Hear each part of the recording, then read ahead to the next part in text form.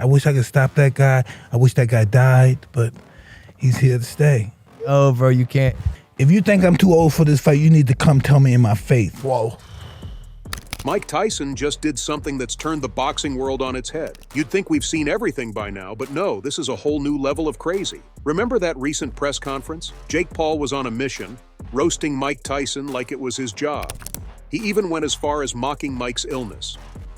The crowd couldn't believe their ears and absolutely lost it, tearing Jake apart with some choice words. But what did Mike do?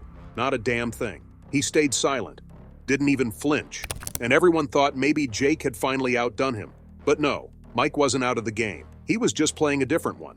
On August 22nd, on Logan Paul's podcast, Mike Tyson unleashed his master plan. And let me tell you, it was insane. Be in shape, be in good shape, because your health depends on it.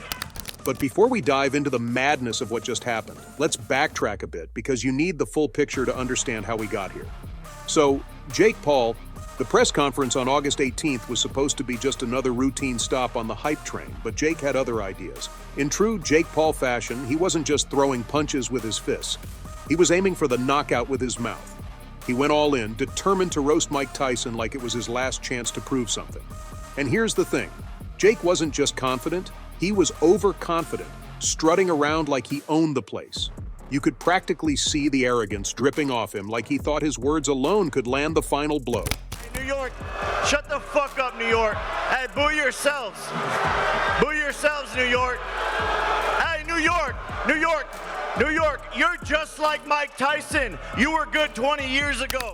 I mean, it's one thing to trash talk an opponent, but this was Mike Tyson. We're talking about a living legend, someone whose name is practically carved in stone in the boxing world. And yet Jake just kept pushing, almost like he was blind to the giant he was poking. And then there was Mike Tyson. Now, if you know anything about Tyson, you'd expect him to clap back to put Jake in his place with a few well-aimed words of his own. But no, not this time. Tyson just stood there, silent.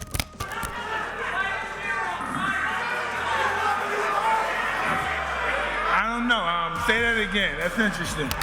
Everyone in the room was waiting for Tyson to explode, to say something, anything, but he didn't. The silence was deafening, and it left people wondering. Was Mike holding back? Was there a reason he wasn't taking the bait? The tension in the room was so thick you could cut it with a knife. It was clear Tyson wasn't playing Jake's game, and that was making everyone, including Jake, a little uncomfortable.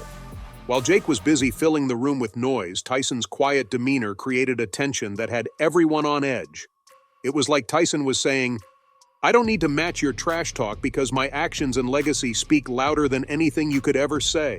Tyson's silence wasn't a retreat. It was a calculated move, a way to mess with Jake's head. By not engaging, Tyson left Jake spinning his wheels, unsure of how to handle someone who wouldn't play by his rules. Jake, who's used to rattling his opponents with his words, found himself in unfamiliar territory, and you could see the frustration creeping in. Tyson had done what he does best. He got inside his opponent's head, and he did it without breaking a sweat. Who else is he gonna fight to make this happen? Now let's talk about Jake's strategy here. His trash talk is his bread and butter. It's how he's built his whole persona. He knows that in the world of social media, controversy is king. Whether people love you or hate you, as long as they're talking about you, you're winning. But this time, his usual antics felt different. There was an edge of desperation to it, like he knew this fight was bigger than any other he's had. This wasn't just about another win. It was about facing down a legacy. Jake's bravado seemed more forced than ever, almost like he was trying to convince himself as much as the crowd that he could actually go toe-to-toe with Tyson. But if you thought Tyson stayed quiet because he didn't have anything to say, well, think again. The man knew exactly when and where to drop the bomb. So here's the deal. Mike Tyson's surprise appearance on Logan Paul's podcast just days after that fiery August 18th press conference was nothing short of genius. The timing here was impeccable. Just when the buzz was starting to die down, Tyson swooped in and cranked it right back up. But this time, he was in the driver's seat, controlling the narrative like only a legend can. And it's not just because it's Tyson, but because of who's sitting there. Logan Paul, Jake's brother, and their dad, Greg Paul.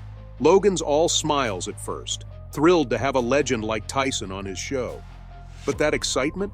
It didn't last long. Tyson didn't waste any time. He dove right into it, and his words, they hit harder than any punch. The shit talkers get all the money. The shit talkers get all the attention. Yeah. The shit talkers get everything. We get a bad rap, but we get everything else. Yeah. That wasn't just a jab at Jake Paul's whole shtick. It was a full-on uppercut to his entire strategy. Tyson, a guy who's earned his place in boxing history through raw power and skill, was basically calling Jake out for being nothing more than a showman, chasing fame and fortune rather than respecting the sport. Logan, who had been beaming just minutes before, suddenly looked like he was rethinking this whole podcast idea. The discomfort was all over his face, like he just realized he'd invited a lion into his living room. And his dad, Greg? Well, when Logan asked him, So are you nervous for Jake? Greg didn't even flinch before he responded, Yeah, it's a fight. And this is the baddest motherfucker on the planet. So yeah. Hell yeah. Whenever Jake's father talks about his son's upcoming fight with Tyson, you can't help but notice the admiration in his eyes. He's a genuine fan of Tyson, and you can tell this isn't just about supporting his kid, it's about respecting the legend that Tyson is. Greg Paul's not just some dad in the stands. He's a guy who's watched Tyson throughout his career, witnessed the destruction he's capable of, and knows exactly the kind of danger Jake is walking into on November 15th. It's like watching someone about to walk into a lion's den. During his appearance on Logan Paul's podcast, Mike Tyson dropped one of the most bone-chilling truths you could ever hear from a man like him. And trust me, it's the kind of thing that'll make you sit up straight. Tyson, this guy whose name alone can send shivers down your spine, admitted that he's scared. Not of some other fighter, not of losing, but of himself. You're scary. I'm just that kind of person, you know what I mean? I'm just a scary guy, that's who I am. It's my nerves, my scared, because I don't want to get angry or anything. That's why I'm scared. This was Tyson pulling back the curtain on his own mind, giving everyone a glimpse of the monster he's kept caged all these years. Tyson being scared of himself isn't exactly news to those who followed his career closely. It's a theme that's been running through his life, shaped by countless battles in the ring, and even more within his own head. So when Logan Paul asked Tyson why he kept quiet during the August 18th press conference, Tyson's response wasn't just surprising. He explained that his silence wasn't because he was caught off guard or didn't have anything to say. Nope, it was an act of pure control. One of the most infamous moments in Tyson's history of trash talk came before his 2002 fight with Lennox Lewis. In a fit of rage, Tyson threatened to eat Lewis's children. Yeah, you heard that right.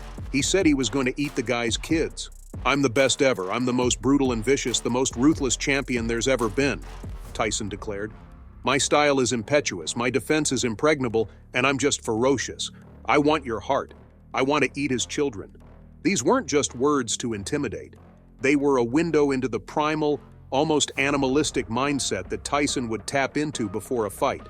But here's the thing, Tyson's ability to spit out such terrifying rhetoric is a double-edged sword. On one hand, it's been a powerful tool, allowing him to get into his opponents' heads and tear them down mentally before they even get the chance to throw a punch. On the other hand, it's a reminder of the darkness Tyson himself fears.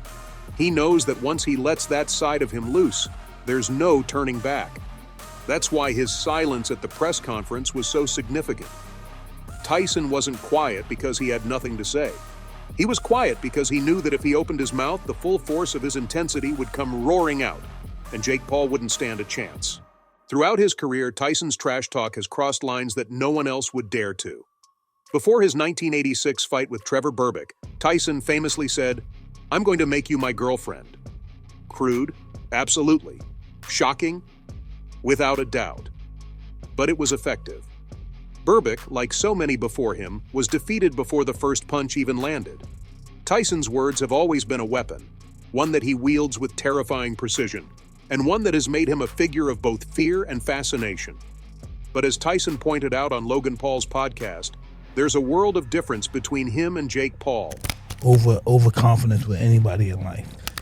Tyson said, drawing a line in the sand between his approach and Jake's. For Tyson, confidence isn't about talking big, it's about doing big. His entire career has been built on this belief. Tyson doesn't need to run his mouth to prove he's the best. His record, his legacy, they do all the talking for him. Tyson's belief in actions over words is what makes him so terrifying. When he says he's scared of himself, he's not exaggerating. He's being brutally honest. He knows that his words have the power to shake people. but his actions have the power to destroy. That's why he holds back, why he chooses his moments with the precision of a surgeon. Because when Tyson finally lets loose, it's not just his opponent who should be scared. It's everyone watching. Wish I could stop that guy. That guy haunts me. I wish I could stop that guy. I wish I could stop that guy. I wish that guy died, but he's here to stay. He knows that every time he loses control, every time that guy takes over, it leaves a scar that doesn't heal. The aftermath of unleashing that side of himself is something Tyson has had to live with time and time again. And it's not a burden he wants to carry anymore. That's why he's so cautious, why he's learned to hold back, to choose his moments carefully. And Tyson's fear isn't just for Jake, it's for himself.